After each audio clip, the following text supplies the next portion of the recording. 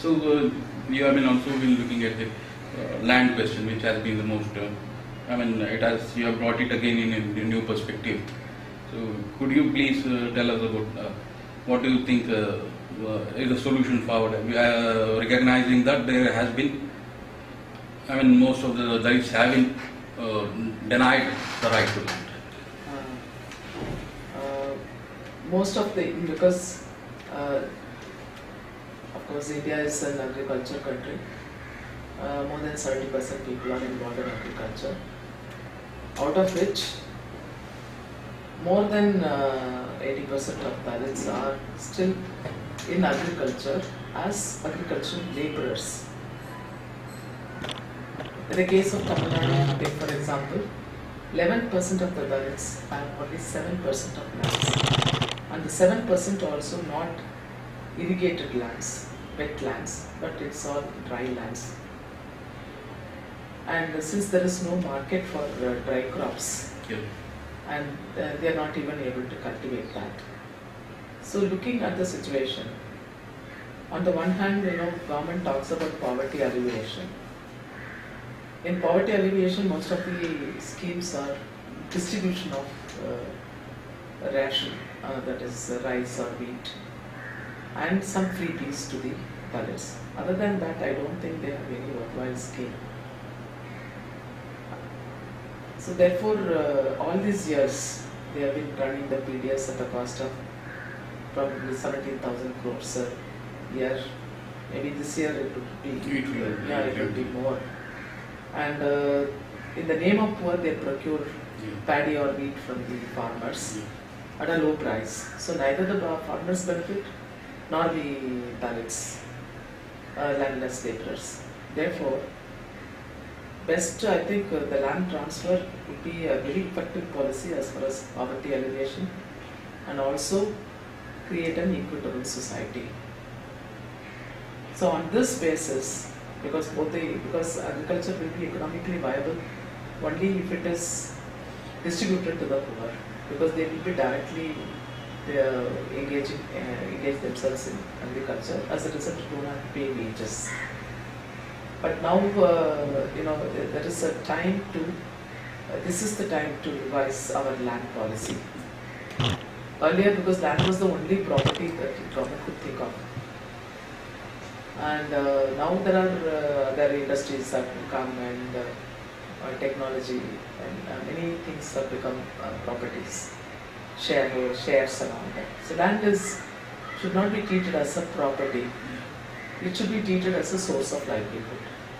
So on this basis, we need to revise the existing laws. The Land Ceiling Act says that a family of 5 can have 15 standard acres. It varies from place to place depending on the nature of land. But was this 15 standard acres arrived at discussion? If a discussion had taken place, if the government will be transparent enough to reveal that to us. Because if a discussion had taken place, they would have discussed there are so many landless laborers, and total agriculture production is this, and only very few are controlling the land. Therefore, how much to be distributed. So, and also they would have discussed what is an optimum size that a family can hold land for agricultural purposes. But in the British India, I remember reading it in Oxford, Cambridge book on Indian economic history. So in that they said 5 acres. British were trying to, impose 5 acres for each family of 5. But how our government have decided 15 standard acres, that is 45 acres literally for a family of 5. What will the others do? So we really need to know what discussion went on behind this act. One. Secondly, if there was no discussion, at least we should initiate discussion. What should be the optimal size now in the present standard of prices and economic growth, etc. And whether people who are engaged in government jobs earning more than a lakh, or more than 2 lakhs a year should retain agriculture as their occupation if they are not fully dependent on it. And also they should review non-resident Indians, those who have agricultural lands here, whether it is worthwhile to leave the ownership with them. And also, big companies, commercial ventures, they earn more income. So they have no business to keep the agricultural lands, because most of the lands are held by companies. Because these companies, they earn profit in their businesses, and they equate with the losses in agriculture. Yeah. So they evade income tax. And so by applying these norms, I'm sure we'll be able to get enough lands for distribution. And also, because the optimal size will accommodate normal agriculture. For fruit trees and other things, they can relax the standards, but also depending on the quality of land and the particular crop pattern. Yeah. It is quite possible. There is also question of larger issue of and the membership in the Indian community and all. And land is related to that. Another thing is the agricultural lobby is too weak to bargain anything for themselves. Now it is weak. Because it is fewer people. If it is distributed to the landless laborers, it will be a bigger lobby. Yeah. So it should be actually. Yeah. So they had tried to build a peasant worker coalition through the ages, but it has not succeeded anywhere. And the Naxalite movement is also a result of a struggle for land. Yeah. So you had, I remember, also referred to Dr. Ambedkar's efforts to ensure some land distribution. Yeah. So because 1939 he took a march towards Mumbai, which is kind of an against the rally organized by Mr. Gandhi, because he organized the Zamindars and staged a non-payment of taxes to the British, that movement, non-cooperation movement. Yeah. Because Zamindars are exploiting the landless poor, and if they get freedom, the Zamindars is going to be the rulers. So there is, we can't, have really freedom for the people. Yeah. So he organized all the landless laborers against the abolition of Zamindari system itself. Yeah. So a strong crowd of 20,000 people attended the conference, with much more than what Gandhi had organized. Yeah. So that way, immediately after the rally, he joined hands with the left movements, and after the rally, the abolition of Koti Act was passed. Yeah. So another the biggest rally that he had organized, the whole of Asia, that was Gail Womet's statement. So the biggest ever rally for land took place in Hyderabad. When the Dalits lands were reserved by the caste Hindus, these lands were given by the erstwhile Nizam of Hyderabad. Only in some regions, but because I am from the region. Yeah, Nizam of Hyderabad. So Ambedkar toured around Andhra Pradesh for a year, collected more than a lakh of people, and ultimately the land was returned to the Dalits.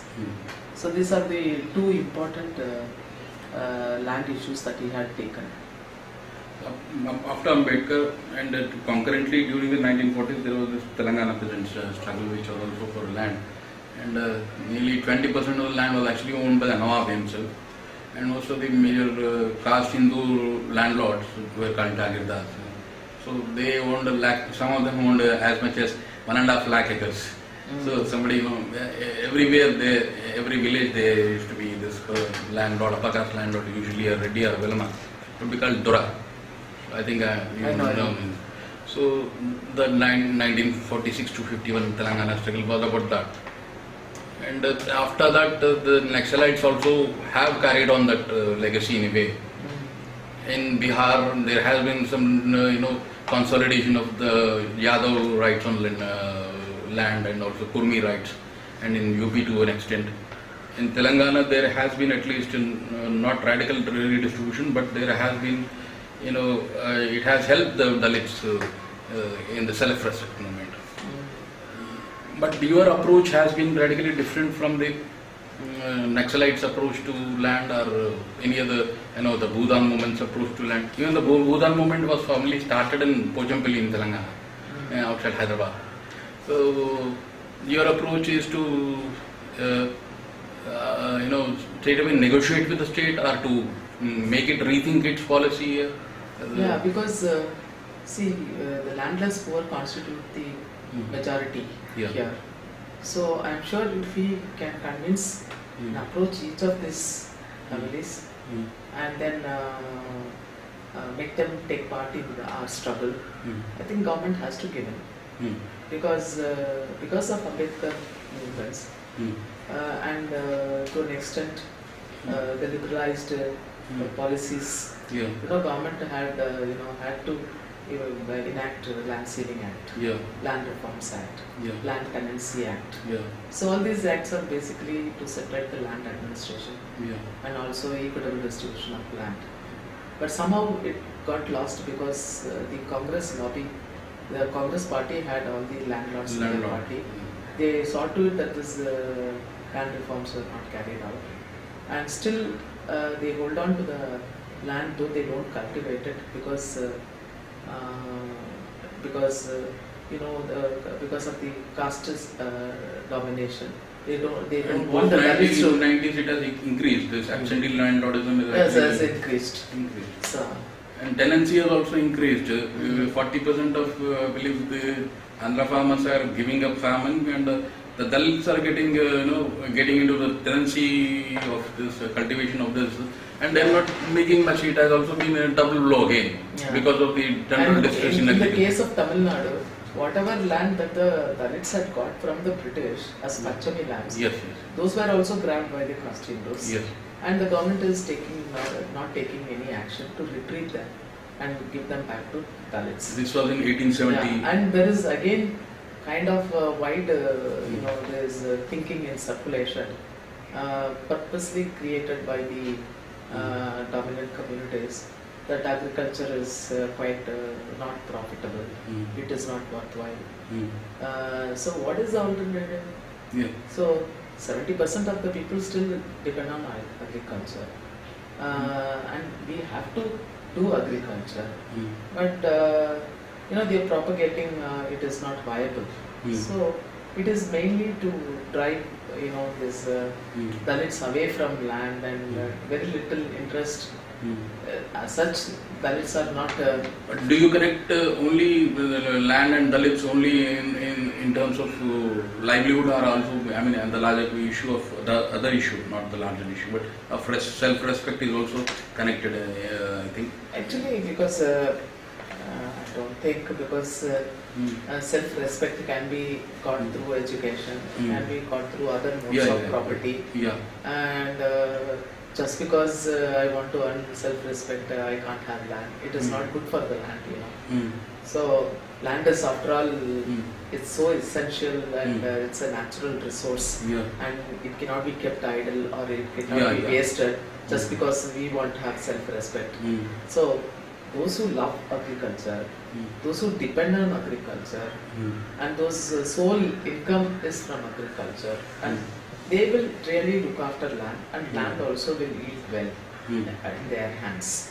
So in that analogy, if you look at it, so Dalits are better deserving people apart from other landless agricultural laborers. So it is better to be in their hands. Yes, and the Panchami land issue, which you have taken up as a struggle since 2004. So could you tell us the details of the case and how it has, the struggle has progressed until now? Actually, there was a police firing at Karanai when an individual was trying to get back his land, as it was a Panchami land. So that triggered the Panchami land movement, though people in different locations were independently trying, Acting to on get their own. acting on their own. But this triggered the Panchami movement in Tamil Nadu. A retired IAS officer, Mr. Karpan, he started saying Panchami movement in the year 1995. But it was an NGO effort. And the one who was funding was from the dominant caste, because one of his partners. So he saw to it that the program didn't take off. So it was, stopped abruptly. So we realized the importance of Panchami lands. And throughout Tamil Nadu, there are people who lost their lands to the dominant castes. So therefore, we thought that we should set up a movement. So it's called Dalit Land Rights Movement. And we organized conferences first. And before organizing the conferences, we went to the people and explained to them. Because some of them, because when you talk about Panchami land, those who had Panchami land and those who lost only could be collected for a struggle. Others would not participate in it. So we had to put it as Dalit land rights, including 2-acre land, 2 to 5 acres land to the Dalit family of 5. So with that, we could collect more people. So we had a conference, and soon we followed it up because the participation level was too low in a conference, because each one of them cannot partake. So we wanted to involve as many as about lakh of people. So in each district we fix a day so that they can take a petition and submit to the collector saying that we are a family of 5, we depend on agriculture, and the government should allocate 5 acres of land to us. So this is a uniform request, and they wrote themselves and they brought it to the collector. So they handed it over. All across Tamil Nadu. All across Tamil Nadu. So this sent messages, to government. Later we followed it up district-wise seminars, mandal conferences, and subsequently we decided, because district headquarters is too far from a village. So people living in villages, they can go up to the taluk office. So we planned in Tamil Nadu about 68 taluks we organized. We set a target of 5,000.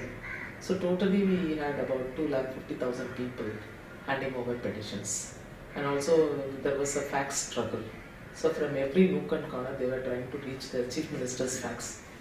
This was in the 90s or the it was in 2004, 5.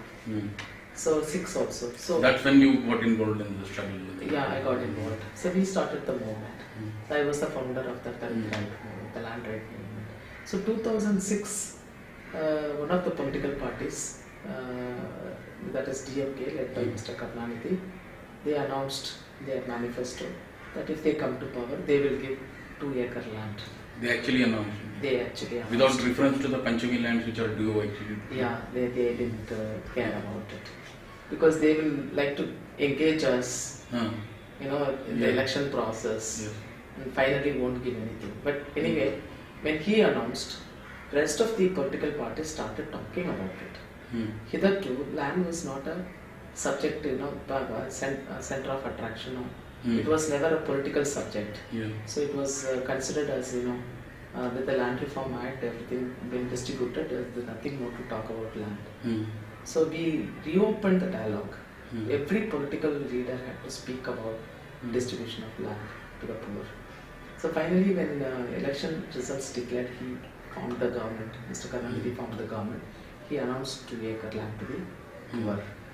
And the scheme went on till December 2007. So 1.5 years it was implemented. But about 1 lakh of people got land, less than 1 acre. He said 2 acres.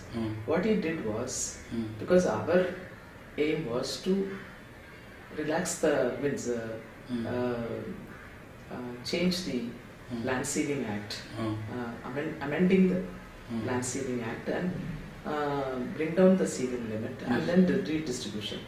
But in his view, because he said land is available, so we will give it. Wherever people were cultivating or encroaching upon government lands, Hmm. he regularized that and gave patta to them. So he only, it was paperwork. Yeah, paperwork only. Hmm. So there was no real work done. So when he was, questioned why he could not implement this scheme, he said, "Where is land? Show me the land. Yeah. So I will give it." That is a very vital question, madam. Always, in Telangana also, the people say the upper caste landlords keep saying that where is the land we have all distributed during the 70s, and the Telangana peasant struggle also distributed. Where is the land? But and in Andhra there is a similar situation to coastal Andhra, Tamil Nadu, wherein they are also dense, fully populated area, on a slightly more densely populated area. The land is pure, and the land is much fertile and irrigated in the coastal districts. The 4 districts are Guntur, Krishna, East and West Godavari. They also, the land distribution is worse than in Telangana.